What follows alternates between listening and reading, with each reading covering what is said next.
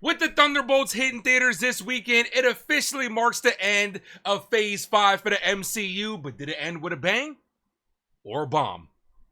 Let's talk about it. You're not Earth's mightiest heroes. No.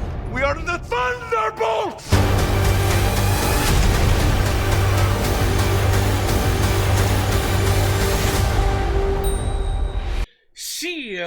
What is going on, everybody? It is yours truly, the Ace, here with my review to Thunderbolts. Hit that comment section and let me know what you thought about this movie. Also, I want to know what your favorite movie is in Phase 5. Let's talk about that as well, as this officially marks the end of the Phase 5 chapter. We are moving on to Phase 6 with Fantastic Four, but before we get into that, we got to talk about this. So without further ado, let's get into it. Now, when it comes to the MCU on the movie side, Phase 5 has had a lot of ups and downs. You got movies like Ant-Man and the Wasp: Quantumanium. I like it, but not a lot. I don't like it. The Marvels. That is one big pile of shit. Captain America: Brave New World. Not bad, not bad. Deadpool and Wolverine. And my personal favorite, Guardians of the Galaxy Volume 3. It was perfect. Perfect. Everything, down to the last minute details. So how would the Thunderbolts fare? Would it be good? Would it be bad? You guys know how excited I was if you checked out any of my trailer reactions. I was really excited going into this. You bringing in a group of side characters that are very likable, forming a team. Now, you know, it's not the first time you're hearing this. Marvel's Suicide Squad, not the first time a group of characters has been brought together like this. But I was super excited going into this. I like a lot of these characters. But what are my thoughts on the Thunderbolts? I enjoyed the hell out of this movie. I was excited going in, and it kept my expectation right there, which is exactly what I was looking for from this movie. Thunderbolts was truly incredible. The way the MCU was able to take these broken, lonely, depressed, rejected, failed characters, bring them together as a team in a way that felt earned, was truly astonishing. And I haven't felt this much psychological weight in an MCU movie since the first act of Endgame. In my opinion, this might be one of my favorites since Endgame. Now, I know that's not saying a lot because the MCU has had some flops since that time, but this one feels like one of the better movies. What I love about this is, at the forefront, it's a very character-focused film that feels like a standalone because they're able to tell a more grounded, self-contained story. Not everything needs to be so grandiose, end of the world, multiverse. They're able to rein it in and tell a very character-focused film, and I feel like this is what the MCU has been missing.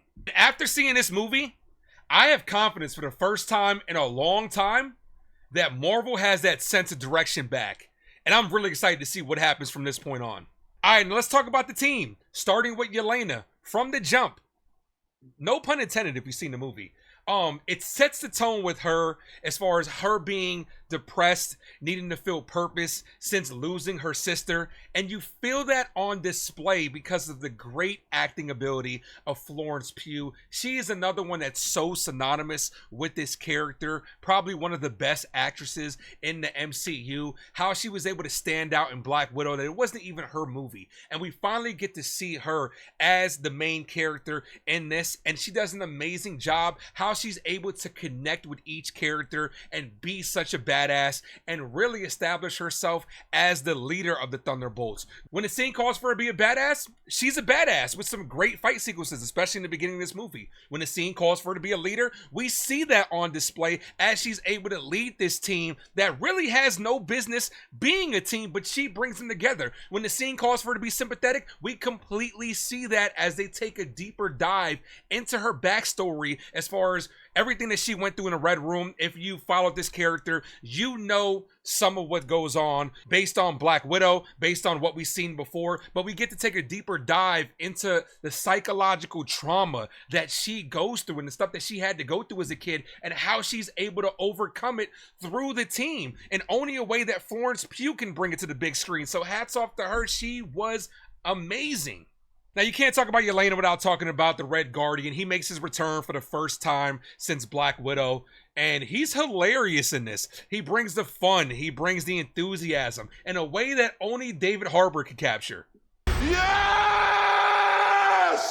His character works because it's amplified by the relationship with Yelena. On the scenes where he's trying to be funny, you get the father-daughter dynamic of she's really embarrassed by him. You see that throughout the course of this film. But then when it's time to be sympathetic, All have things that we regret. I have so many. Yelena knows that she can go to him with her problems, and he's really a driving force to her motivation in this movie. Being a hero, there is no higher calling. So they absolutely work together. Wyatt Russell returns as John Walker, U.S. agent. I was very, very interested to see him again. We haven't seen him since Falcon and Winter Soldier. I was looking forward to seeing the redemptive arc that they were going to be able to give him. He's a character that has gone through the ringer, has failed as Captain America, lost one of his best friends.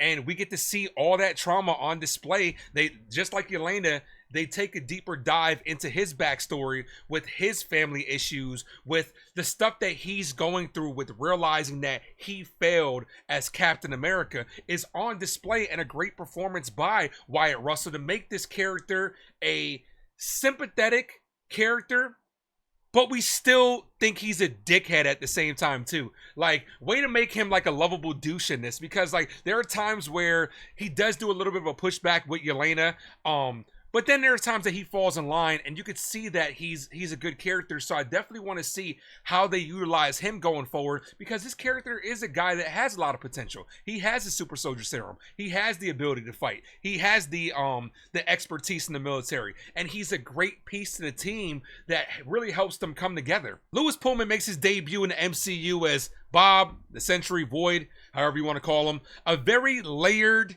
in-depth damage performance was on display this one. Good alliteration right there. The same thing with Yelena and John Walker. They're able to give us a perspective on this character's past that adds a lot of heart and emotion, not just to the movie, but to the team itself. I can't wait to see more of him in the MCU. A very important character that was a piece to a good puzzle that they built in this. It was cool to see basically what's one version of Marvel's Superman in the MCU on the big screen. I got a couple of things that do concern me when it comes to the character as far as in this movie that I'll talk about in the bad section, but overall I was impressed by this performance. Sebastian Stan returns as Bucky. Not a lot new in this movie when it comes to him. You know him, you love him. His backstory has already been established. They don't feel the need to take a deep dive. Instead, they give him a couple of badass action sequences, and he really rounds out the team and really does feel like the final piece of the puzzle. Just always good to see him whenever he returns to this role. He's a badass in this. Julie Louis-Dreyfus returns as Valentina. Definitely gave me Amanda Waller / Madeline Stillwell from The Boys vibes, as far as nothing's really out of her control and how she's able to manipulate and twist anything, any circumstance to her benefit. She served well as the main antagonist. Ghost makes a return. Hannah John came in as Ava. I like this character a lot. Haven't seen her since Ant-Man and the Wasp. I thought about putting this in the mixed section, but I kind of want to round the team off with me talking about them. I like what she brings to the table. I like her ability. I like that there's not a lot of pushback with her character. But I wish that they would have fleshed out her backstory a little bit more. Now, I understand that Ant-Man and the Wasp, they touch base on it a little bit, but I wish they would have taken the time to give more details in her character, like they did with John Walker, like they did with Yelena, like they did with the Sentry. I just wish that they would have taken more time to develop that character. I kind of felt like they had her as the side character in a movie full of side characters. And we can't round off the squad without talking about the MVP Taskmaster.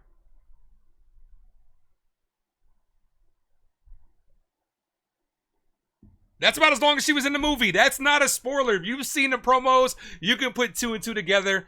I feel like Marvel definitely tried to right or wrong with how bad that character was, with the bad reception that it got by offing her immediately. Me and my guy T from Have You Seen That with T, that's all we've been talking about. And the reason it goes into good is because It was just good. Like, I feel bad for the actress though when it comes down to it. Like, yeah, she's thinking she's in an MCU movie for all about 5 minutes, but yeah, I think I've talked more about Taskmaster than she's actually was in the movie. So I talked a lot about the characters because to me this is a very character-focused film. The detail is in the team dynamic, the cohesiveness, the camaraderie, but what also makes this movie good is a very simple story. It doesn't try to be anything over the top, not anything groundbreaking. The pacing's good. It kicks in immediately. This movie does feel like the Marvel of old, before phases 4 and 5. Not everything needs to be end of the world multiverse. Just like with this and Hawkeye, I enjoy a more grounded, personal, street level story, and I think that they pulled this off.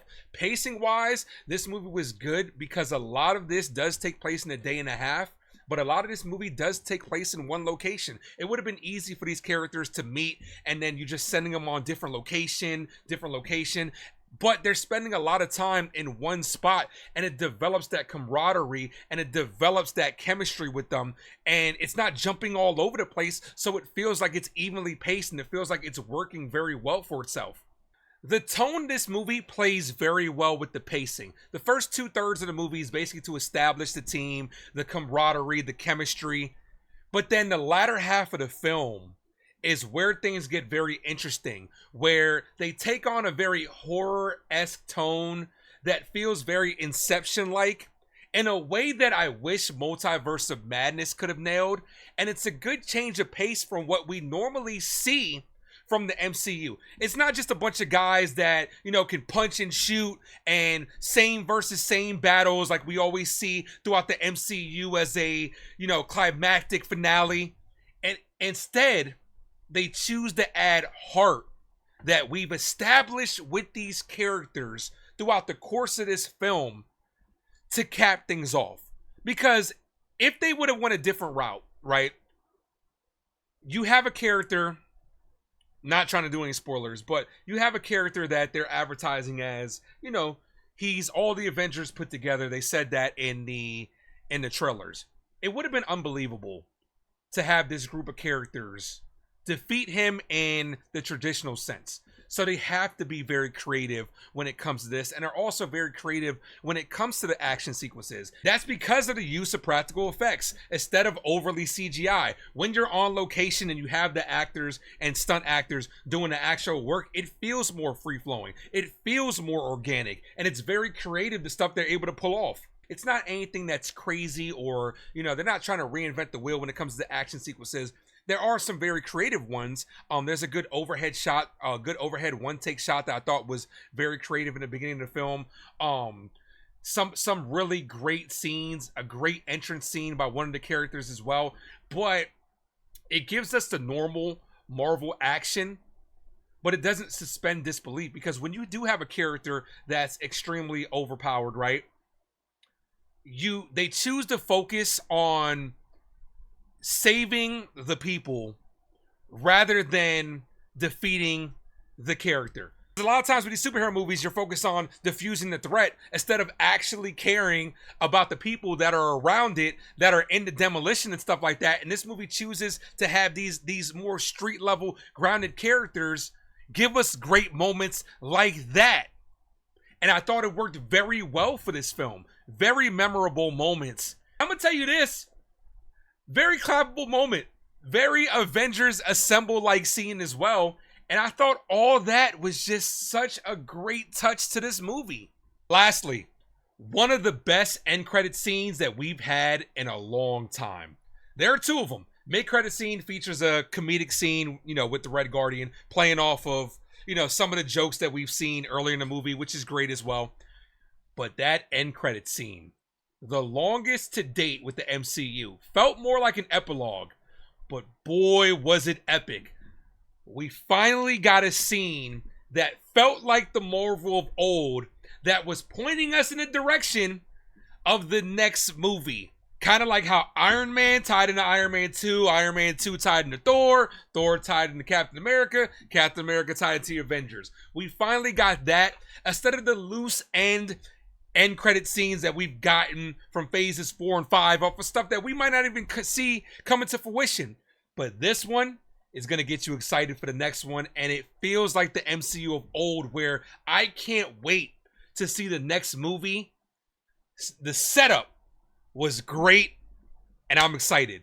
Let's get to the mixed section. This isn't anything that I didn't particularly enjoy. This is more just a warning for the parents out there. This is a darker, more mature MCU film.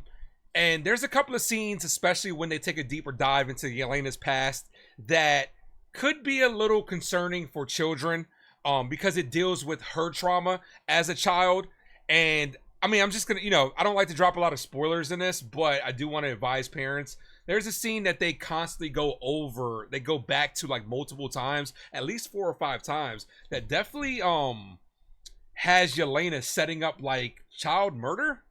You know what I'm saying? In a sense. So it's like, as her initial initiation into the Red Room, we know it's a very dark concept, but they choose to not just show you once, but kind of show you over and over again so you can kind of understand the trauma that this character is going through. So I just wanted to put that out there for the parents that are thinking that they want to take their kids to the movies. One of my good friends, I actually had to let him know, kind of let him know a little bit too late because he was already at the theater, but I kind of felt like I had to do the service of for the parents out there. So just a little warning for you guys. Also, the MCU kind of killed the stakes for me, I'm not gonna lie.